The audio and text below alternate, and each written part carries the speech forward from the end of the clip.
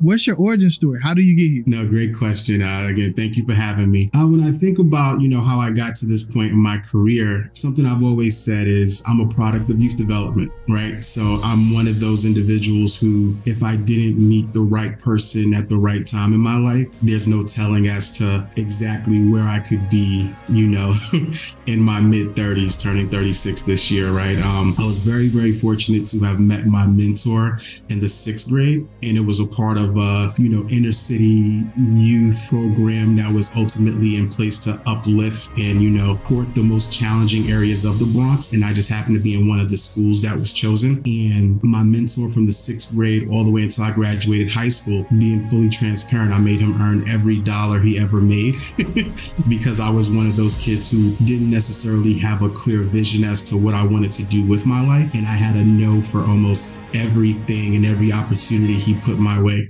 You are listening to the Global CTE podcast with your host, Sylvester Chisom. Welcome, my friend, to another episode of the Global CTE podcast. I am your host, Sylvester Chisom. This is the place where we want to wrap a blanket of goodwill around our CTE community, and I interview the best, the brightest, the innovators, the people who are really making it happen and making a difference for our students. Today is no different. I have my main man, Mr. Ramone Davis. Now, let me tell you about Ramone. Ramone is the Associate Director of CTE Pathways and Partnerships at KIPP Forward NYC. His work involves establishing programming and processes for CTE-bound high school students and alumni. During his tenure managing the workforce team at KIPP Forward NYC, the scope of his team's post-secondary work expanded from solely serving NYC alumni to supporting recent graduates interested in CTE pathways from other KIPP regions and charter networks in Connecticut, New Jersey, and Philadelphia. Ramone, welcome to the show. Yes. Thank you for having me. It's a pleasure to be here. Oh man, I'm excited to have this conversation with you. So much of your work is around that post-secondary element and also in the spirit of collaboration of working with other networks, charter networks. I'm super excited to explore some of these topics with you. But before we jump into that, man, what's your origin story? How do you get here? No, great question. Again, thank you for having me. When I think about, how I got to this point in my career, something I've always said is I'm a product of youth development, right? So I'm one of those individuals who, if I didn't meet the right person at the right time in my life, there's no telling as to exactly where I could be, in my mid-30s, turning 36 this year, right? I was very, very fortunate to have met my mentor in the 6th grade, and it was a part of inner city youth program that was ultimately in place to uplift and support the most challenging areas of the Bronx. And I just happened to be in one of the schools that was chosen. And my mentor from the 6th grade all the way until I graduated high school, being fully transparent, I made him earn every dollar he ever made because I was one of those kids who didn't necessarily have a clear vision as to what I wanted to do with my life. And I had a no for almost everything and every opportunity he put my way. Academically, I wasn't the most, competitive student. I think it's something I'm really honest with my young people that I support about is, I was in summer school every year from the 6th grade to high school for math, right? So I never really got to enjoy my summers because I was always barely passing my classes and then having to make up on the back end just to make sure I didn't get left back. And then my life really did take a big change when I got to the 9th grade because from the 6th grade to the 8th grade, my mentor was really just throwing every kind of enrichment opportunity my way. And I had an excuse for why I couldn't do it. In the 9th grade, finally I was worn down and I started saying yes to certain opportunities that he was directing my way. And then I started seeing the shift in what was going on in my life when I started saying yes more than I was saying no. And that's when I was connected to a lot of opportunities that kind of shaped who I am today, whether that was the first filmmaking course I did over, an after school program, or he forced me to be a part of a golf mentoring program, and just kind of seeing, the power and impact that mentorship can have on a young Black man, kind of definitely became a part of just my bloodline, and it inspired and kind of really informed the decisions that I've made professionally, so on and so forth. Wow. I like how you said that you are a product of youth development, and you wouldn't be where you are if it was not for that mentor being resilient and sticking it through with you. Yeah. When you're saying no until you finally it clicks and you start saying yes. Best piece of advice that you received from your mentor? Yeah. The best piece of advice I received from my mentor is that I'm going to be the best project that I ever work on. Unpack that a little bit. Yeah. So I think there's a lot of focus on the tangible things that people do outside of themselves, but my mentor is really good at saying that the work has to start within, right? So it's the decisions that I'm making in the day-to-day that are ultimately going to help me grow and develop into the person that I don't even know I could be. Something that, he was always singing, like one of his, common points of insight was that we are being prepared for jobs that don't even exist yet, right? So just getting myself in a place where I was going to at least develop certain skill sets that can go into a variety of industries, those that I know and those that I don't know, really allowed me to find the level of success that I found in my current position in life. Yeah, that's so interesting how that is still so highly relevant today. Yeah. I'll keep it on the career side of what you just said. Like, we're preparing for, we totally see it today. Like, we're preparing for jobs, or preparing our students for jobs that don't exist currently, right? Or new things that are coming about. But I also think there's something powerful about what you said. Like, that's honestly kind of my personal philosophy. How I approach things is like the only person you're really competing with is yourself. It's like, are you better today than you were yesterday, or a week ago, or a month ago, or a year ago? And if not, like, the decisions that you've been making. Right. And this is like, if you're intentional, it's something powerful about that, because, you see so many people, and it happens so much. I know you see it in education. So many people are pointing fingers outward, but it's like, are you bringing your best self to the opportunity, to the conversation, to the meeting, to this project we're working on? And I think if we all do that, man, listen, things will be transformed. Yeah. Things will be transformed. Let's jump into your work with KIPP Forward, man. Like, can you break down what's that look like? Some of the projects you're working on in terms of preparing these students, high school students, for these post-secondary CTE opportunities. Yeah, no, great question. So the bulk of what I do at KIPP Forward as the Associate Director of CTE Pathways and Partnerships, I'm overall, because we understand that we're still functioning in a college or bus model, right? So what KIPP Forward has been able to do is develop an understanding and really stand behind that understanding that honoring all pathways is how we also honor all of our young people's journeys to their chosen, places of success, right? And CTE just honors, that college is not the only pathway to success. It's just an additional or equally viable pathway toward a strong, sustainable life that you can then build the life that you want for yourself. A lot of the work that I do is I manage a team of workforce advisors who support alumni 2 years post high school graduation. And based on those young people's industries of interest, we identify CTE programs or training program providers who will train them in those specific areas. And the goal is that they would earn an industry recognized certification.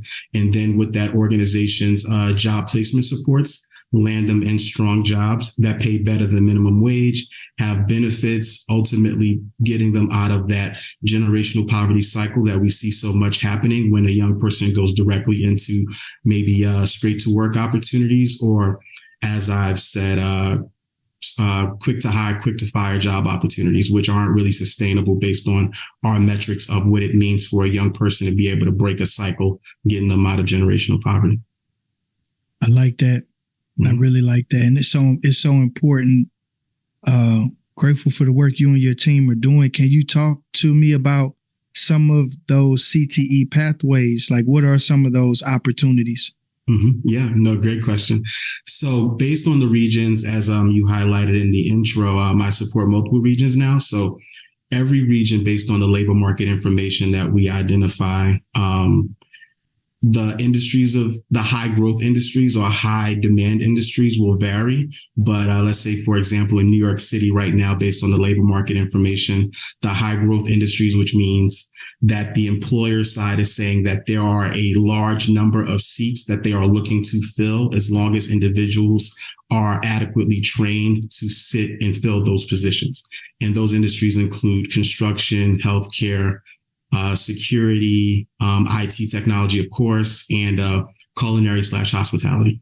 Yeah. Mm-hmm. So based on the area of industry that the young person is interested in, there are full range of jobs that fall within any of those industries. So healthcare, of course, you're not talking about just being a nurse, but you're talking about a certified nursing assistant, a medical assistant, a pharmaceutical technician. So ultimately, there are organizations that have developed a series of trainings based on the labor market standards that are saying that we are following this quota, or this standard to train this individual that will land them in a job based on the training that we're providing. And then the way in which that process, the way in which I'm involved in that process is I go out and I vet these programs, right?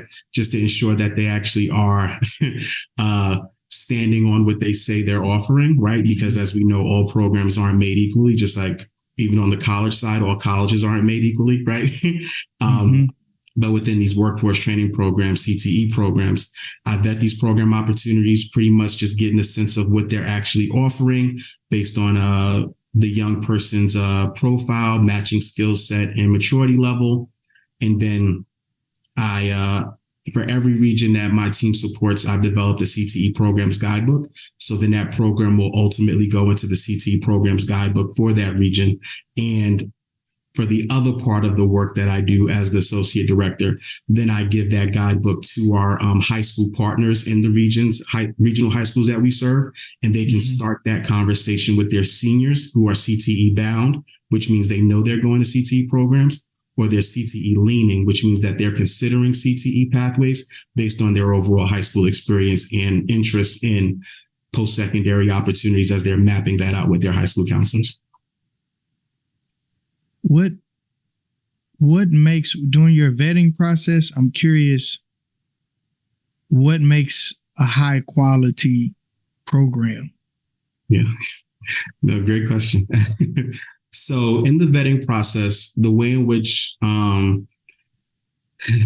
program would be vetted and categorized as a high quality program, it's ensuring that young people are actually set up for success, right? So that means that the training is actually aligned with what employers are saying that they're hiring for. We have a high percentage of outcomes as well, right? So that means a high number of actually our young people getting enrolled in those programs, persisting through completion. So that means even when they're in the program, they're supported adequately to see the program through completion. And there's a certification at the end that's more than just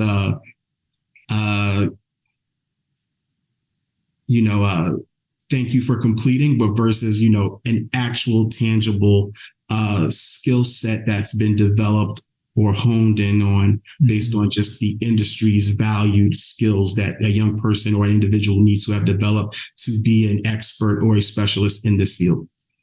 So you want them to have that some industry recognized credential upon completion. That's pretty interesting. Usually, how long are most of these programs? Yeah. So based on the industry, the programs that fall under that industry will vary, but we have a variety of programs that could be as short as 2 to 3 weeks and up to a year and a half. It's all based on the specific training that the young person is looking to do. So security, for example, has so far been the shortest training opportunity that's been developed. You're talking about an 8-hour, 16-hour certification breakdown. Then we go into the longer training opportunities that would likely fall under there being a hands-on component. So that can be, the certified nursing assistant training within healthcare, just because usually there's the in-class portion where you're learning, the overall, academic component, and then it's the hands-on component just to ensure that you get familiar just being in certain environments that will set you up for success once it's a part of your full-time job. Yeah. So a student is graduating from high school in the Bronx and they've decided, I'm not sure college is for me. I think I'm leaning toward one of these CTE pathways. Can you give me I'm sure you have some, give me a success story of someone who chose this route with KIPP Forward and found success? Mm-hmm. Yeah.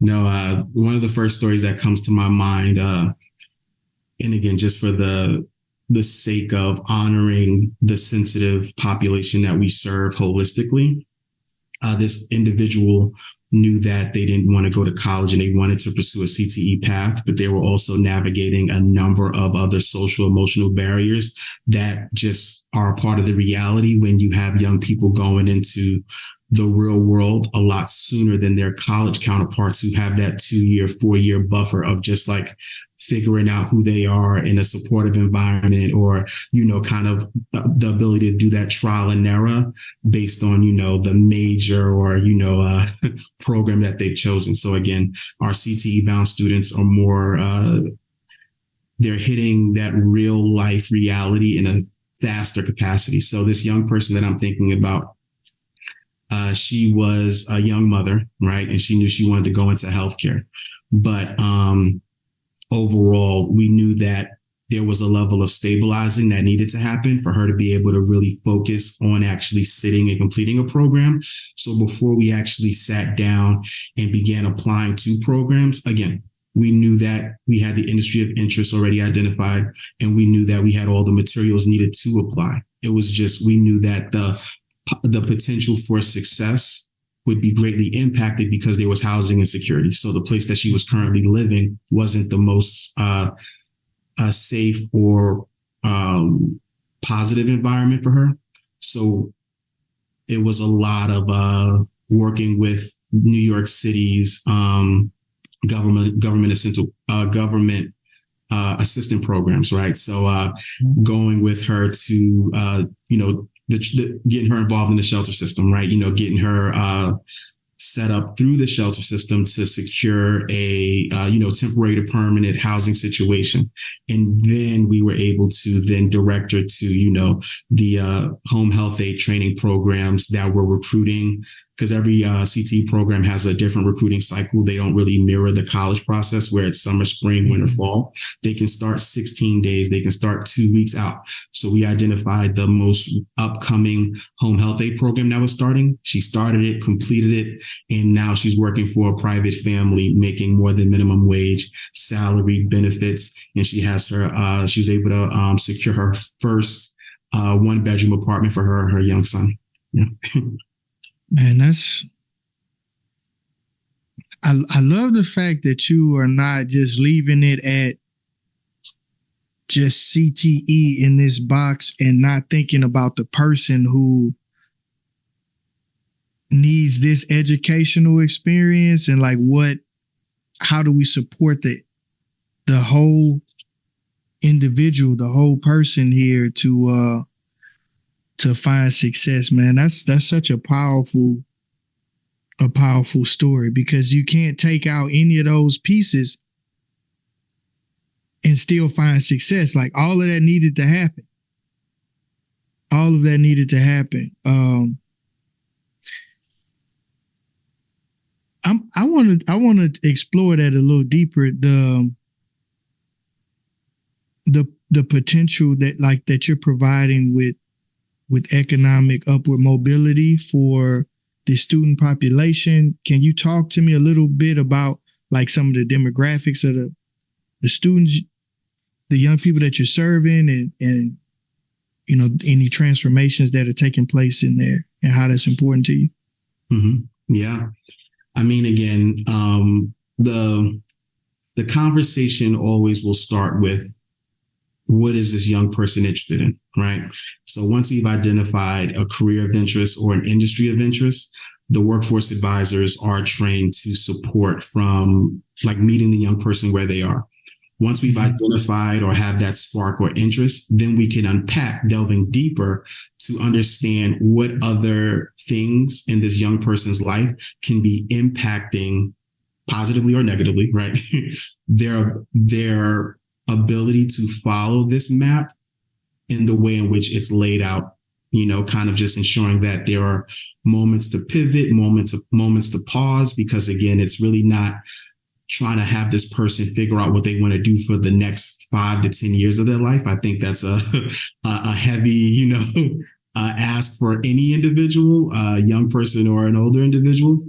It's really just, where do you want to start? Because this life that, you know, we're just helping you navigate it, but this life really is yours, and you can do all the things that you say you want to do. It's just, what do you want to do first?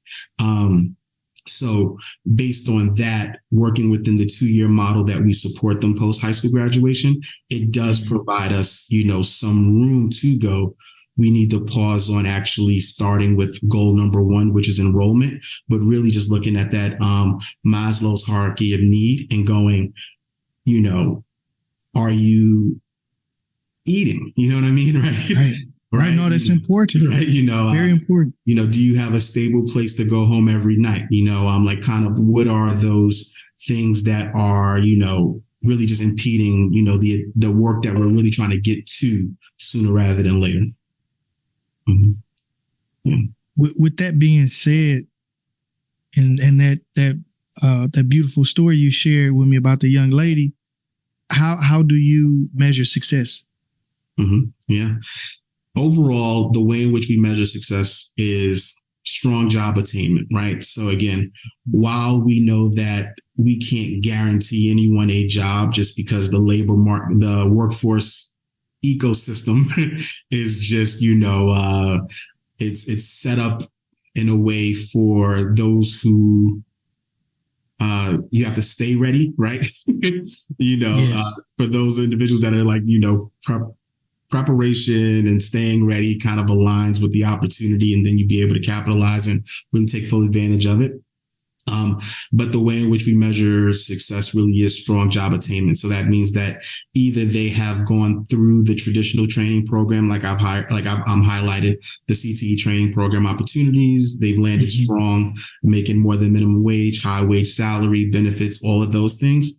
But honoring career for all within the CTE landscape, there are also straight to work opportunities that still put you in careers that are paying high wage salaries. So you have in New York City and most, metropolitan areas, you have, the transit, the system, the post office. These are also high wage careers that don't require a traditional training program, but may have on the job training that will still land you in these, brackets that ultimately will get you in a position where you can work your way out of poverty. Also, there are certain states that have like city and state exams, for you to also, apply for. Then you'll land those positions.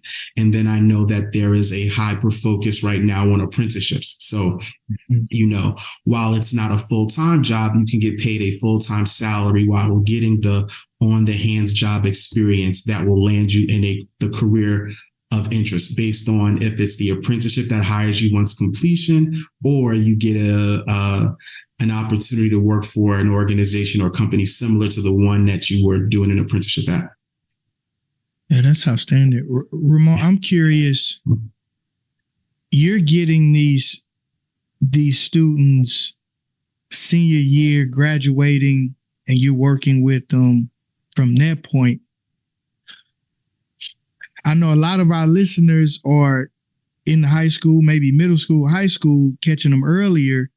What advice or any suggestions do you have in terms of like how can schools better prepare students for CTE pathways? I'm just curious, you have any thoughts there? Yeah, no, it's one of my favorite questions to answer, actually. Okay, let's go. Yeah. Exposure is key, right? And the reality is the sooner you can expose a young person to the multiple pathways they can pursue toward their career of interest, the better, right? I know a lot of the barriers we're facing right now in the work that I and my team do is we're meeting a young person at a pivotal point where they have their friends and their, peers all going to traditional college, and they may not be feeling that their decision to not pursue college is going to be, looked at with the same level of excitement, as their college going counterparts. So like I said, exposure is key sooner rather than later. So I know that with some of our high school partners, they actually have career counselors who are doing a lot of the experiential career learning exposure, from the 9th grade leading up into 12th grade, where, they're having, opportunities to shadow certain careers at their organizations. They're having opportunities to kind of just try like a plethora of, career related workshops or, boot camp intensives, just so they can kind of get like dip their foot into this is what it could feel like to be an electrician. This is what it can feel like to be, on more of like an administrative side of, a potential career that I'm interested in. But even before 9th grade, I think there's a lot of work that can be done to expose our young people in middle school and even elementary school. I think one of the biggest barriers right now or biggest challenges is the fact that in a lot of elementary schools, in middle schools, you have our young people going into homerooms that are named after the colleges that their teachers attended. So you're saying from an early age, they're being kind of influenced to understand that, yeah, I want to go to Brown because my favorite teacher went to Brown. And it doesn't honor that young person's, aptitude, skill set, maturity level. It's just ultimately kind of just letting them know this is what I know success to be because I may love this teacher, or the connection I have with this teacher is so strong. If I don't do this in a similar way, am I kind of, making them proud of me, right? And then you also have certain implications with like, their parents' understanding of what a life could look like if college is not the pathway they pursue as well. That is so true. As you just said that, I'm thinking about whether it's Brown or Morehouse or something like you're saying that you'll see that in the classroom. You don't see like in elementary or middle school, this class is sponsored by the Carpenters Union, or somehow like there should be some more balance in that, or figuring out a way to bring that down to that level of conversation earlier, because it is I just see it. I see it. And then it's college. And then we do have this thing. This is a common conversation. I'm glad you brought it up on the podcast and with other friends offside the pod around CTE.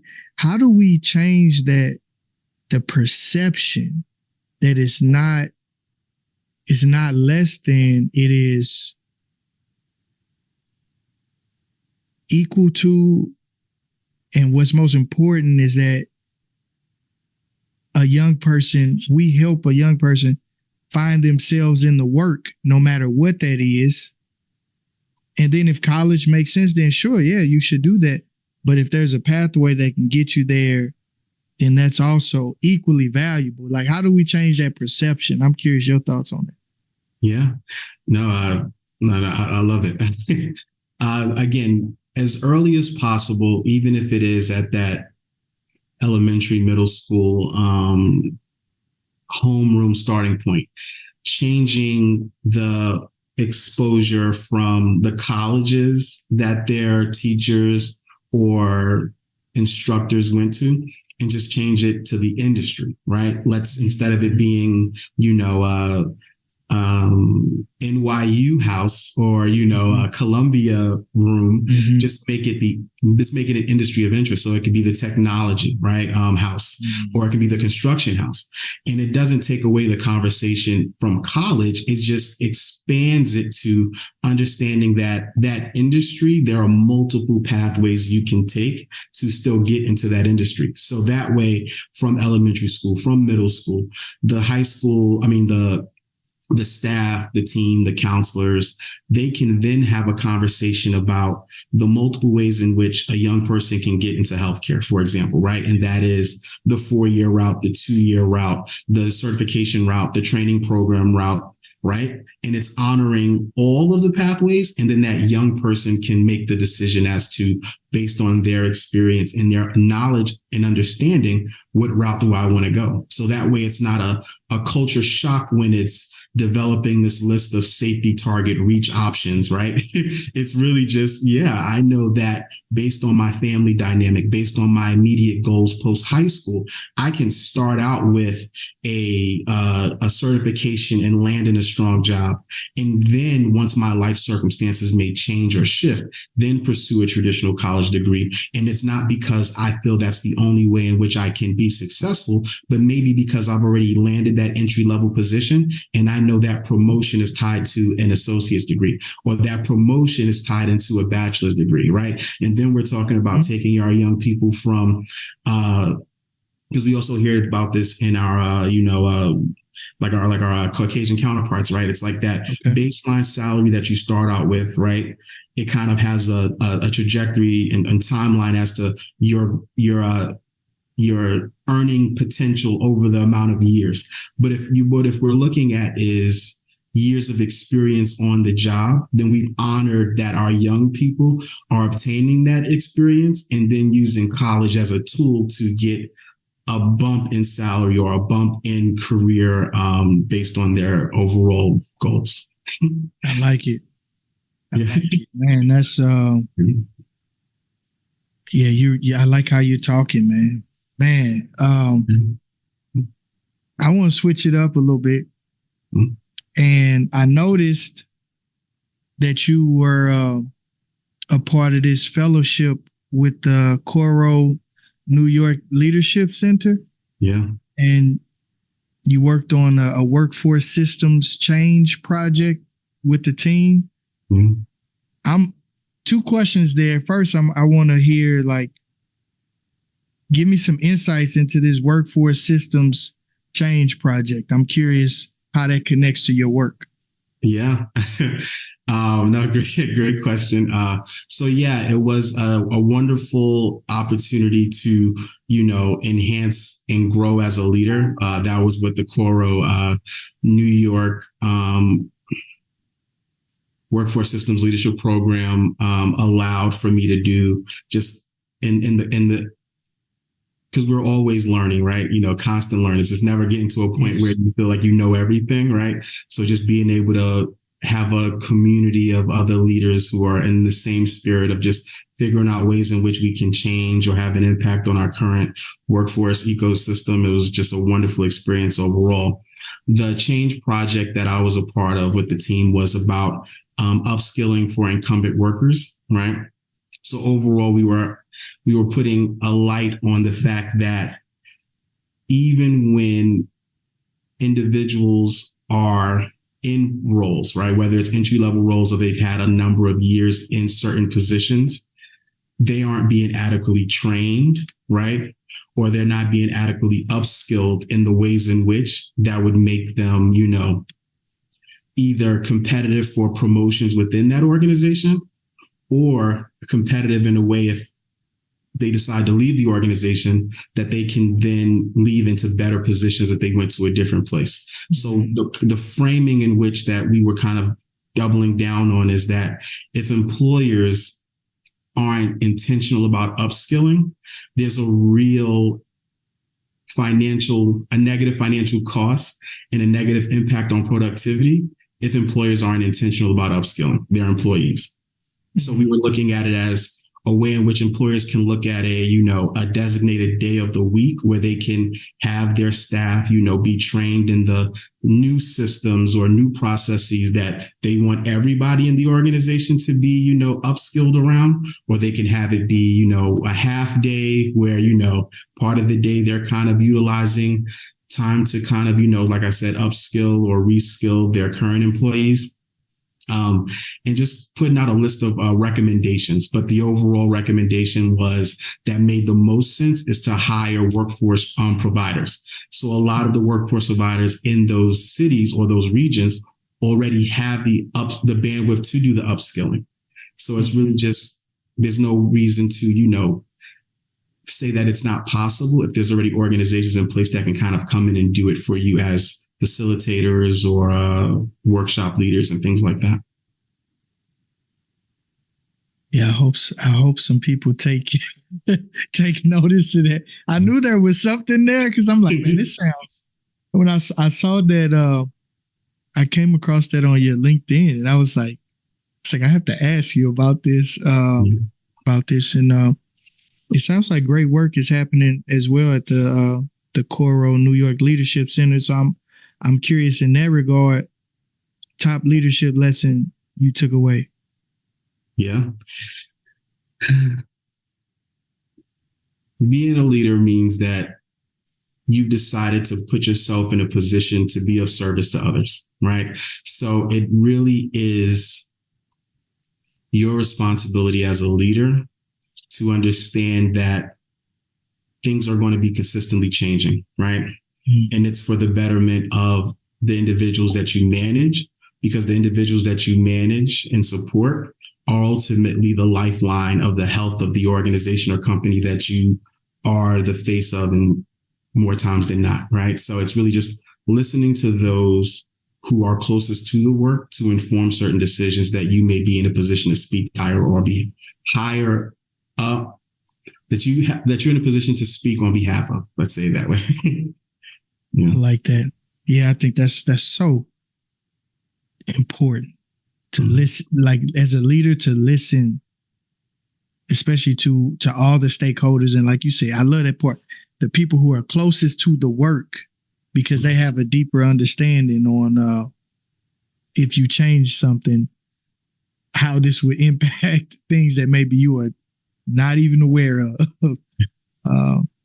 Outstanding. Last question for you. I ask everyone this on the podcast. Mm-hmm. What is your vision for the future of career tech education? Yeah. That's a great question.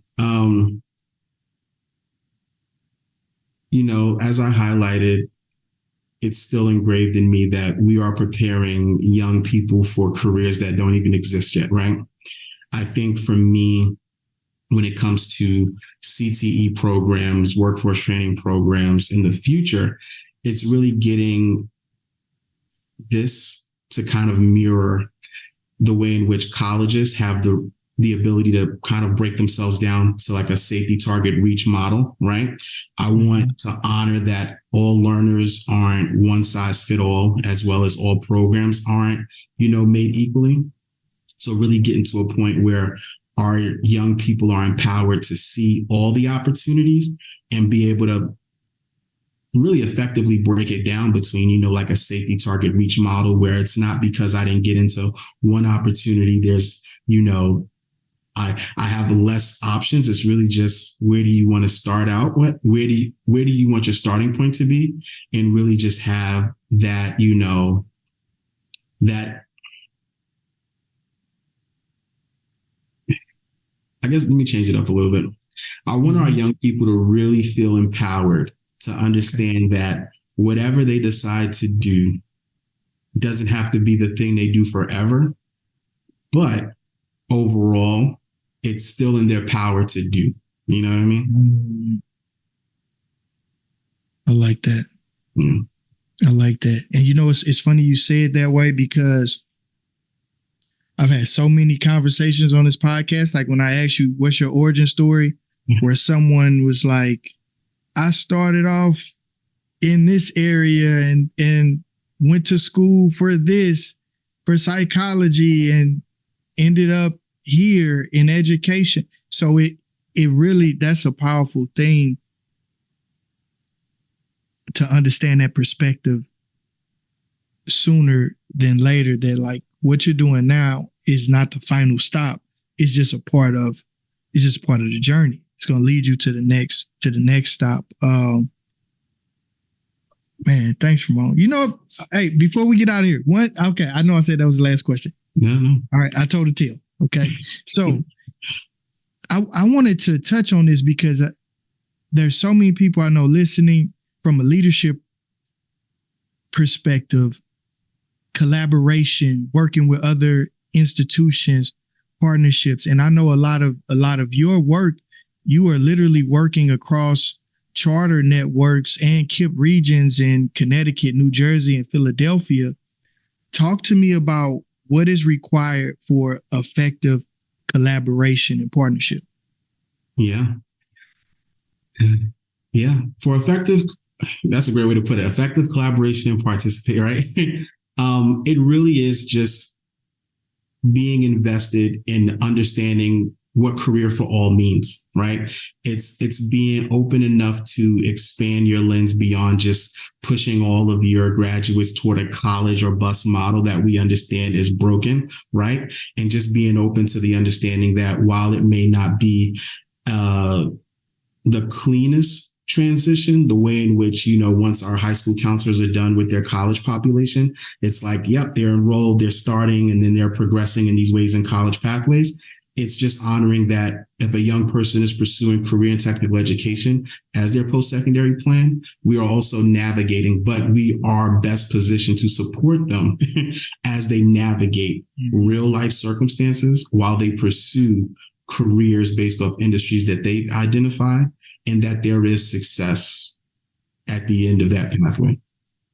But what about the part of the leaders, I'm curious, who are not in the KIPP network, that are other charter networks, the approach with leaders working together to fall under, the KIPP Forward approach? I'm curious, any advice on navigating those conversations with, let's work together in the spirit of this? I'm curious, anything there?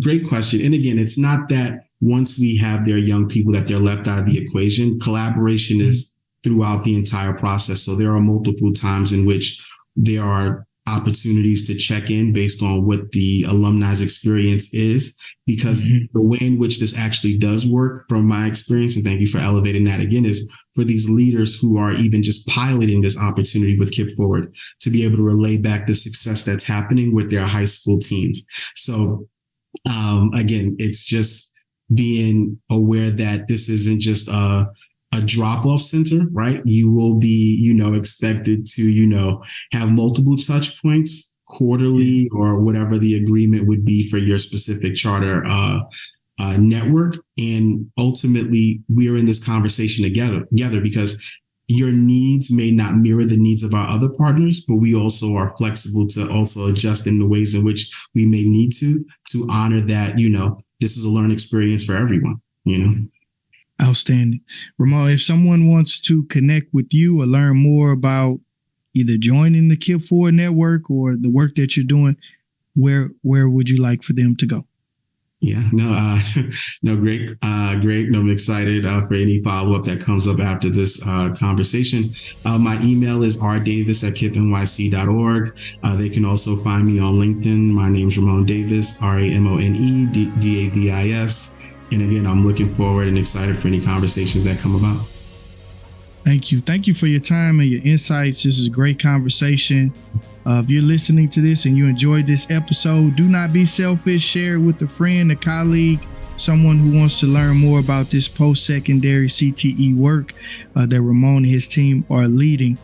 Also, I want to say, as we end, remember, to the next episode, you don't have to be great to get started, but you have to get started to be great. Peace. Thank you for listening to the Global CTE podcast. Be sure to like and subscribe to be the first to know about future episodes.